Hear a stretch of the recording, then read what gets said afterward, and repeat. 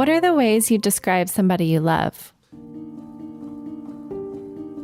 Funny, wild, unique. For Kim Offner, it's been a journey to find the right words that describe her sister, Kristy. So she had this really awesome quality of just not caring what people thought. Like, people tend to grow into that maybe in their 20s, but she had it from day one. Time and healing have allowed these positive memories to grow stronger than some others. Memories of illness, addiction, pain, and loss. That's because Kim has walked the difficult path of loving someone fighting a losing battle to addiction. And it's a journey a lot of us know all too well.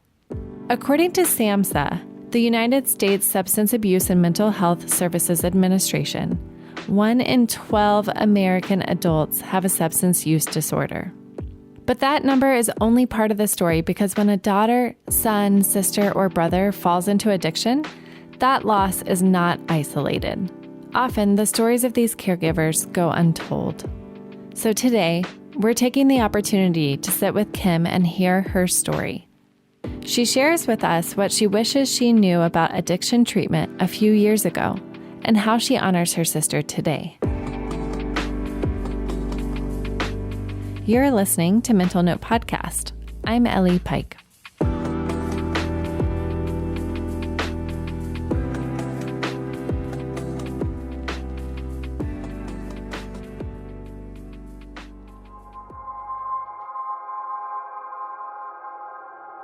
Can you tell me some of your earliest memories of Kristy and just what your relationship was like? My sister and I were 2.5 years apart. We grew up very close together. I mean, like, literally, not just figuratively. Like, our bedroom was probably the size of a large walk-in closet for most people. We grew up in Northeast Philly. We were physically so close that we used to have like handshakes before we went to sleep. We could actually high five before we'd lay down and go to bed, or, from in the bed. And we were 3 years apart in school. So we were in high school together.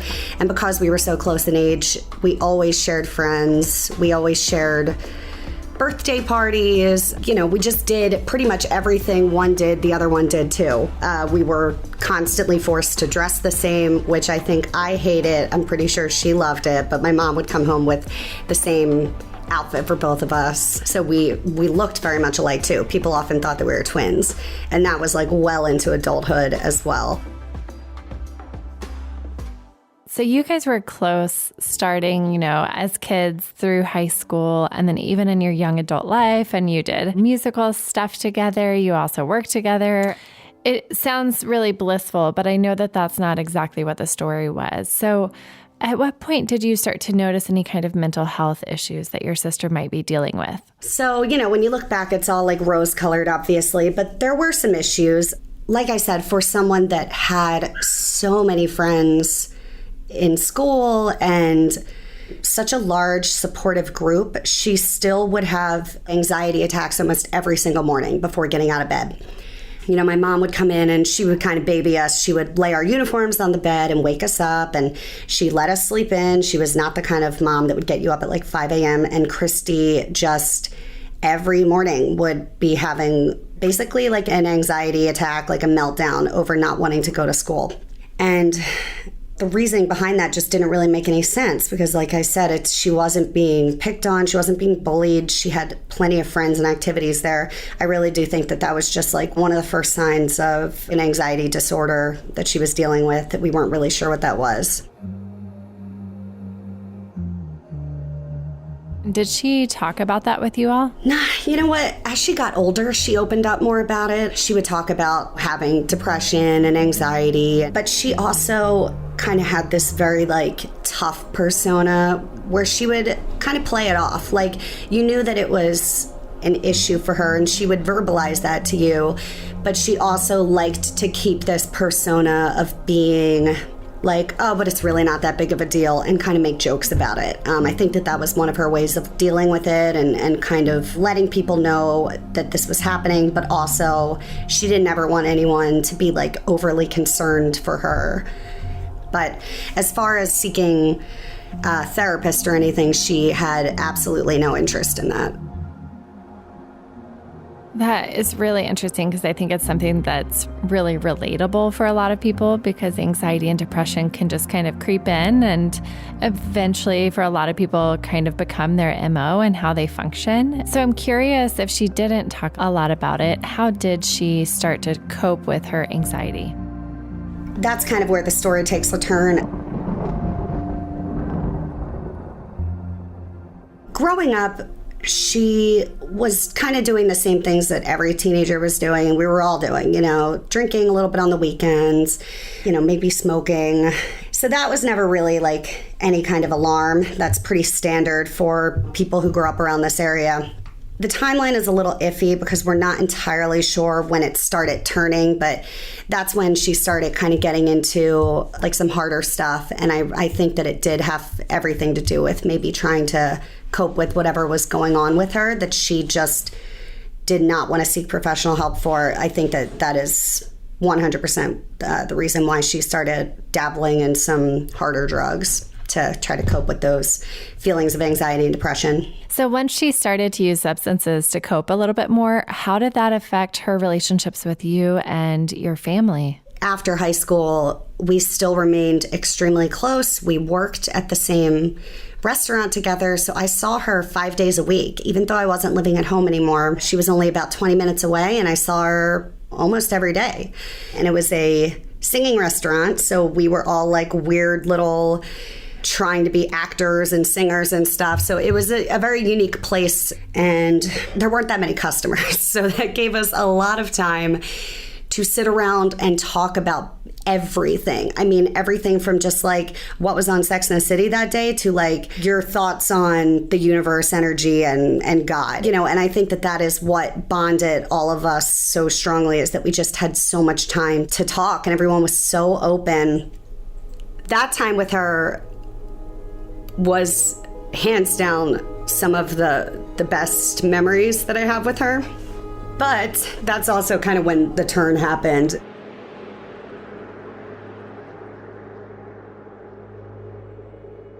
Kim began to notice small changes in her sister's personality, changes that felt off-putting. Her depression kind of kicked up.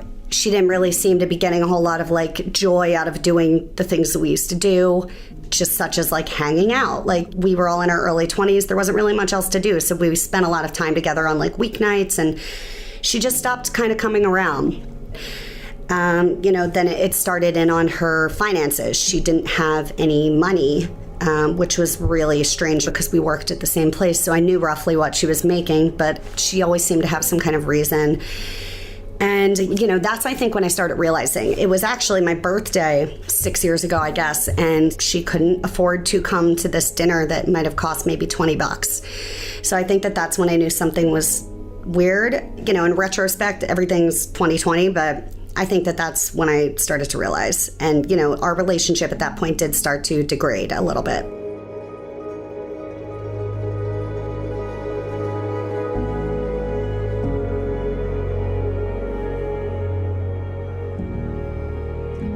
So at what point did you really realize what was going on? And at what point did you feel really concerned about her well-being? This is how I found out, actually, that she had a problem with substance use.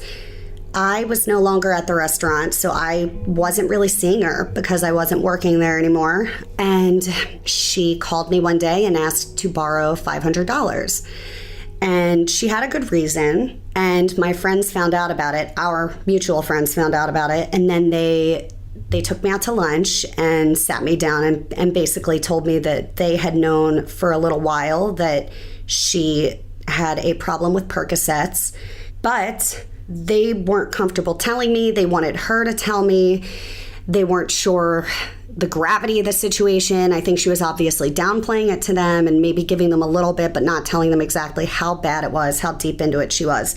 But then when they heard that she had tried to borrow this money from me, and then I found out that she also tried to borrow money from someone else at the very same time, that it was obvious that she was like in some kind of trouble. So that's how I found out.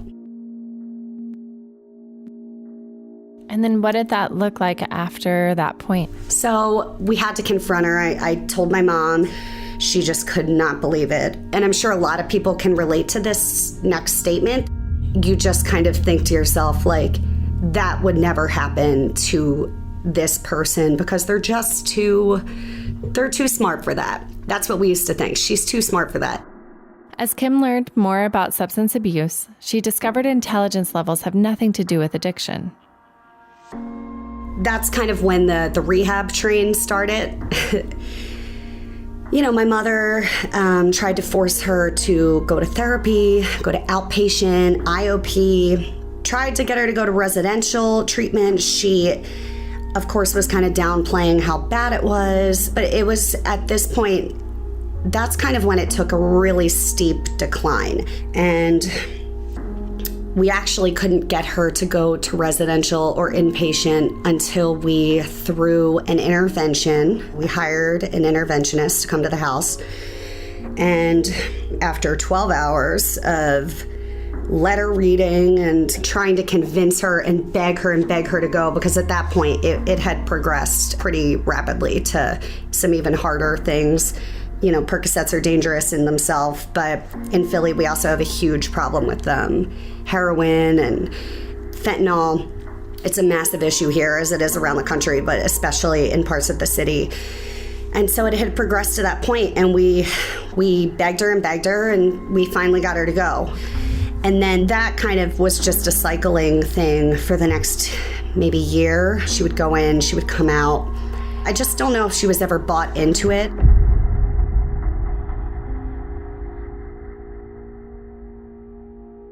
I can only imagine just how helpless it felt to be her sibling, where you're not her caregiver, you're not her parents, you're not her financial support, but you truly cared about her. You wanted her to get help. So what did that look like from your perspective as the sibling trying to support and then also trying to find the resources that you thought were best for her? It is difficult being a sibling because you aren't the parent. You can't force them to do anything. I feel like on one hand, I wanted to be there for her, and I was offering all of my love and support. But on the other hand, I was also trying to keep some sanity for myself and some self-preservation. Recovery wasn't really the goal for her. I think that her goal at that point was kind of just to go and appease us and figure out how to get back to it, which I know is the case for a lot of people. Sometimes it takes quite a while before you click on and you're ready to start that actual recovery journey. But that was difficult for me to watch because I wasn't sure if she was invested. So while I was trying to help as much as possible, I was also trying to keep myself sane, because obviously at that point, I personally don't struggle with anxiety and depression, but I will say that there was no avoiding it at that point. It's kind of like every phone call you got for 2 years, I was afraid was going to be the phone call.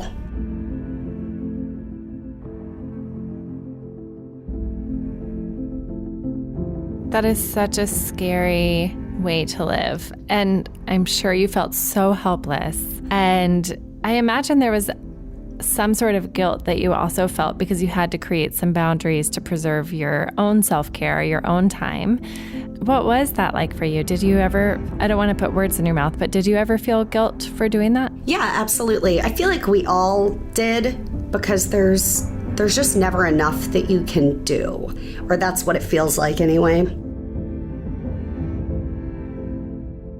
I was still heavily involved, but over the course of those 2 years, a lot of our friends kind of had to take a back seat. They would always answer when she needed something or talk with her, but I know a lot of my friends have very similar feelings of being we just didn't know what to do. We're not trained in this. We tried all of our resources and nothing that we've done has fixed or helped anything.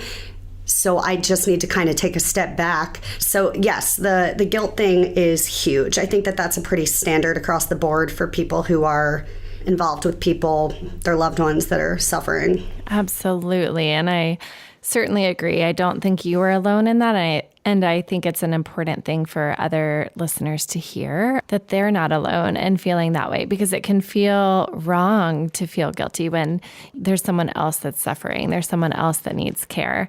So I'm curious, when you all were in that situation and when you did try to step in and help, and you were trying to figure out what treatment looked like, and you hired an interventionist, how did you guys actually pick a treatment center? There's a ton of them, and you can Google it all over the place in each city and each state.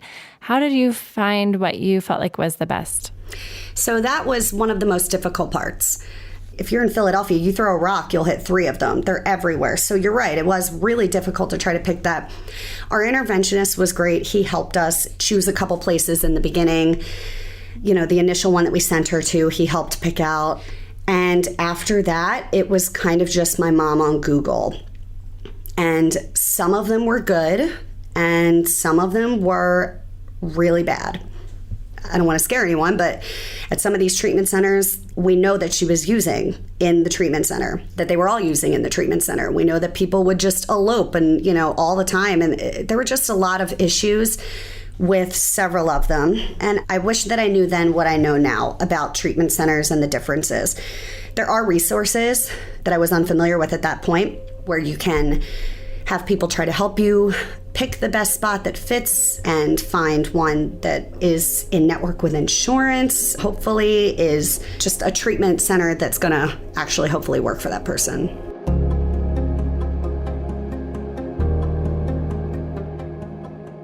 What Kim is talking about is so important. Independent journalists have done a lot of recent work uncovering how some places that call themselves treatment centers are simply using the people in their care to get money from insurance, or worse, sending them out as unpaid labor. For further listening, the podcast Reveal from the Center for Investigative Reporting has done a lot of good work here. All that systemic abuse can leave people at a loss for where to turn in crisis. And that's why I invited Linda Lewaniak to join this episode. She's both the Regional Clinical Director at Insight Behavioral Health Centers and Eating Recovery Center, and also benefits from more than 25 years of experience as a licensed clinical social worker and certified advanced addictions and other drug counselor. Linda will help us understand what families go through when caring for someone with substance use disorder, how they find effective treatment options, and what to expect when loving someone on the road to recovery. Side note, we want to be upfront that Linda is employed by the treatment centers that sponsor Mental Note. However, we talk about resources outside of ERC and Insight. Linda's perspective comes from years of working in the substance abuse field, and she offers practical advice for families seeking help for substance use disorder. So Linda, can you talk a little bit about the guilt that caregivers and friends often feel when caring for a loved one with substance use disorder? You know, I think guilt is one of the emotions. I think there's a range of emotions. I think the guilt really is, the underlying guilt is the helplessness, because they feel like they can't do anything to make a difference, and they feel like they're going to struggle, and they feel like they're going to, you know, that anything they do intervention-wise doesn't help the problem. And I think they often feel helpless, which leads to feeling guilty, which then leads to feeling anger and resentment. So I think there's a process of what that looks like. And what I think that caregivers really need to do is get education. Linda says it's critical that families educate themselves on what addiction is and how it affects their family member. You know, addiction is a disease, and it's a disease of the brain. It changes the brain structurally and functionally. And I think that's been really the biggest piece for me in regarding helping people with that. Also, you know, having them go to options like Al-Anon or AA so they can get support from other folks. Addiction is a very shaming disease, and people don't want to talk about it being shameful. So I think that, you know, when you have cancer, everyone runs to you. When you have an addiction, people run away from you. And so I think it's critical that people get help and get education regarding that. So when we talk about finding treatment, how do families go about finding good treatment, and where do they go and what should they look for? Well, one of the things you can go on, it's called findtreatment.gov. It's on the SAMHSA website. And the other place that I always encourage family members to get help or look or understand is on the National Institute of Alcohol and Drug Abuse, which is the NIDA website. Really can give you some good options with it. I think, though, when you are looking for a treatment program, there's lots out there. And no one treatment fits all. And I think that's super important for people to know because it's hard. And sometimes it takes 2 or 3 treatments before someone can maintain sobriety and maintain change. And I think that it's important that we start to look for things in a treatment center that's important. For instance, we need to know that addiction is complex and it's a treatable disease and it affects brain functioning and behavior. And we need to understand there's no single treatment that's right for everyone. And that's the really tricky part. It's tricky because effective treatment has a lot of moving parts to it. For starters, there's a strong sense of urgency. Treatment needs to happen ASAP. If they say they want help, you've got to take them right then and there. Next, treatment does not look like what we see on TV. It's often a much longer process. Research says or indicates it's got to be in some type of formal treatment for about 9 months. Finally, substance abuse treatment is not simply about substance abuse. There are underlying issues that a person uses their addiction to cope with. These are called comorbid disorders. The effective treatment addresses all the needs of the patient, not just alcohol or drug use, but the mood disorders, the medical components, the high blood pressure, diabetes, any of those types of things, along with sometimes there's housing issues. Sometimes they've messed up every relationship they have and they have no place to live. So it's really dealing with all of those pieces of the patient's needs or your loved one needs. After that, follow treatment guidelines by stepping down from higher levels of care like residential treatment to a partial hospitalization or day treatment, then on to intensive outpatient. Basically, avoid extreme jumps from detox to outpatient or something similarly jarring. Once treatment is finished, the healing process is far from over. Your loved one will need a lot of support to take what they've learned and grow a new life. You learn a lot of skills in treatment. And to make that change and maintain that change is really hard. Connect with support groups. Find outpatient therapists and psychiatrists to help prevent relapse. You may even need to get creative with your treatment team to find the right fit. I had a call recently from a woman who was married to a man who's gone to treatment twice. And she's like, none of the treatments are working. And she said, I think this equine therapy, people, riding horses or getting close to horses. I said, if that's something he's really into, connect him, that's something to try. The next piece that I look at is medications. Are they getting medications? And are they combining with behavioral therapies? And medication is not just for the depression or the anxiety or for the medical complications like high blood pressure or diabetes, but it's also for relapse prevention meds. So there's the relapse prevention meds for alcohol and opiates. It's a lot, I know, but a good treatment team can help create a roadmap to recovery. Kim says her family didn't realize all the options that were out there. I wish that I knew then what I know now, that there are some other options. And I'm not saying that these work for everyone, but I do wish that we had given them a try since we didn't even explore these. Art therapy, music therapy. She was a musician. I think that something like that, she was completely silent when she would go into her individual therapist. She wouldn't speak to them. So I wish that we had known that these other avenues exist, so that maybe that would have opened her up a little bit. It might have been a way to get her to talk about what was going on. There are other options. If you've tried everything, look for something else, because I wish that we had done that. There are some other things out there that we were completely unaware of. Unfortunately, 3 years ago, yesterday, February 17th, my sister did pass away from an accidental overdose.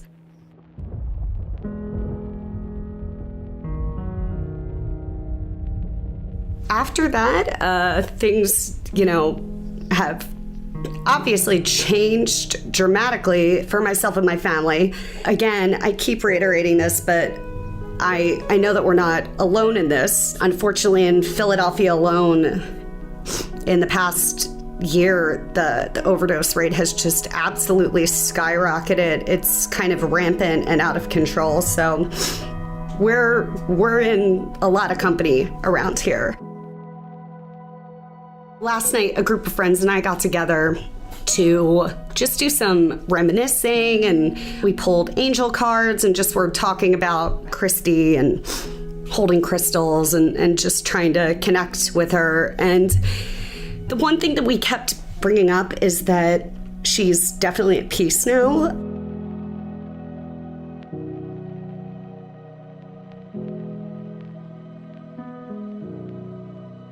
So when you look at losing your sister, you're able to make some peace with it, knowing that she's at peace and not wrestling with mental health issues and substance use disorder anymore. So Kim, you have so much grief from losing your sister, and you have so much love from your relationship with her. And so how have you dealt with that grief and love in the long run? I was resistant to do any of the family groups or anything while she was struggling. I was resistant to go to therapy after she passed. But just a few weeks ago, coming up on her 3-year anniversary, I made the decision to seek a therapist. The reason behind that is just for the past 3 years, a lot of my friends are sharing in this grief as well. If you're, a friend of a person struggling and listening to this, your struggle is, no one's negating your struggle. It's just as difficult. It's extremely hard to watch a friend go down that path. And I've kind of relied on my friends to take care of me when I'm kind of having a little bit of a breakdown over it, or if I'm getting really sad or depressed. And, they're happy to do it. They're wonderful. But I decided that it was time that I go seek professional therapy so I can unpack that with someone else and not just rely on them, because I know they're struggling as well. So I know that while they're always happy to do it, it was finally time for me to speak with someone. And so far, it's been really great. It's just been a really nice way to unpack a lot of what happened with someone who has, no idea who she was or anything. And I would absolutely suggest it for anyone I wish I had done it when she was struggling. Maybe I would have gotten some tools to help her. So yeah, I would 100% recommend seeking some therapy if you're dealing with this kind of stuff. Thank you. And I think that that's such a reminder that there's so many journeys, right? When there's mental health issues, and there's your sister's journey, and then there's your parents' journey of learning how to help, but also dealing with their own grief and sadness and angst at the same time. And then there's your journey. And so I really like that you are taking care of yourself on your journey and through your grief. But I know that this has greatly, greatly impacted you and your life and the trajectory of what you're doing. So can you talk a little bit about how you have memorialized her with your actions and with your fundraising efforts and awareness efforts? Yeah, absolutely. So I mentioned that I was doing pharma when she was sick and when she died.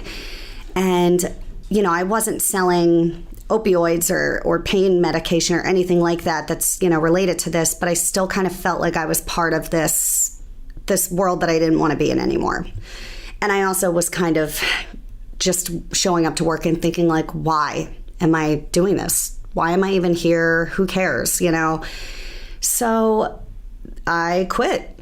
I knew that I didn't want to do pharma anymore, but I didn't really know what I wanted to do. I had no idea that this kind of position existed. And I got a call from a recruiter out of the blue. And I got this job at Eating Recovery Center. And that decision has been one of the best ones that I've made since her passing.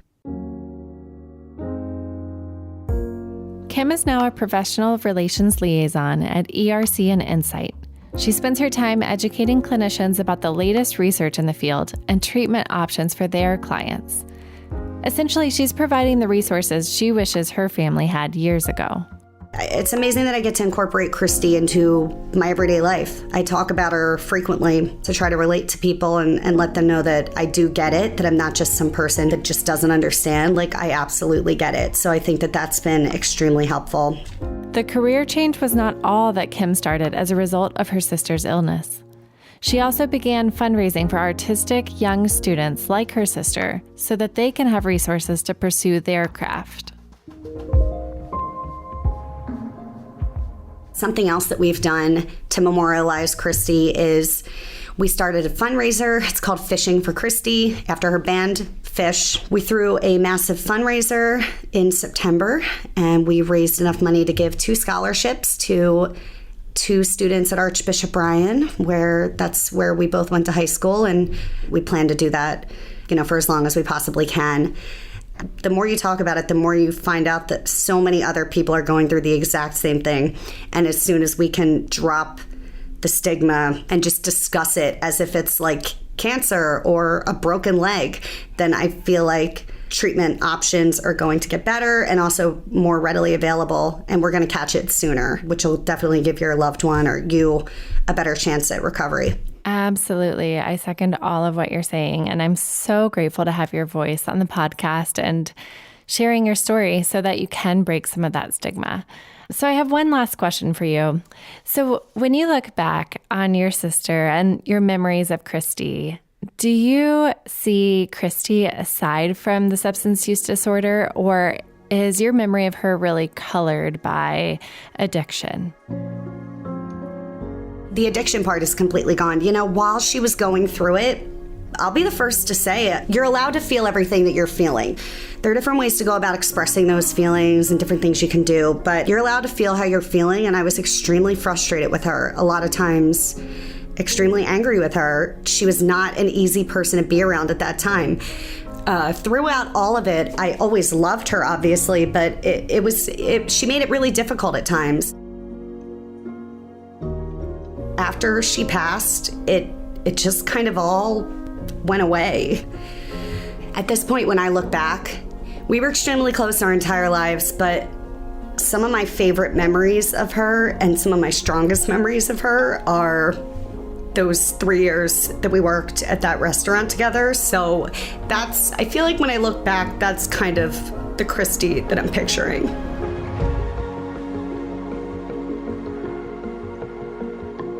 I'm so glad that you can share that. And the reason I say that is because there's always a human behind suffering, and there's always a human behind mental health issues or any kind of disorder.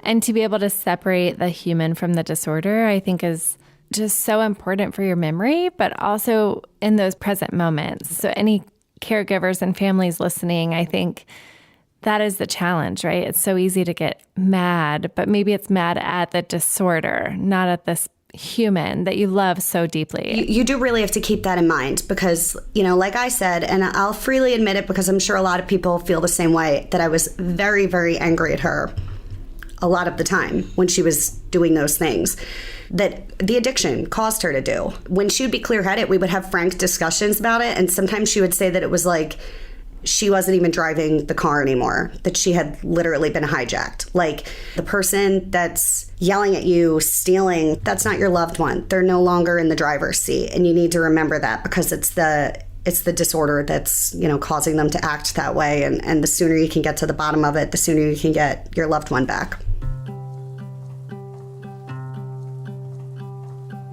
Kim, thank you so much for sharing your story, and I'm so sorry that you did not get your loved one back in this story here, but I am really glad that your memories of your loved one are of truly Kristy and of your best friend and of the wild, creative, and unique person that she was. So thank you so much for sharing her story with us. Thanks, Sally.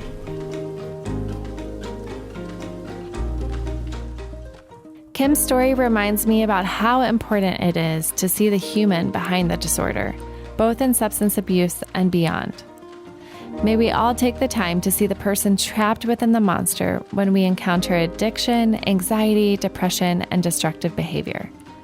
To that end, nobody can support others if they are not being supported themselves. We threw out a lot of options for both treatment and family support in this episode. Places like SAMHSA, AA, or Al-Anon are great spots to start. We'll also have a list of those on our website, mentalnotepodcast.com. While you're there, sign up for our newsletter. It's a great way to stay connected and get a behind-the-scenes look into our interviewees' lives.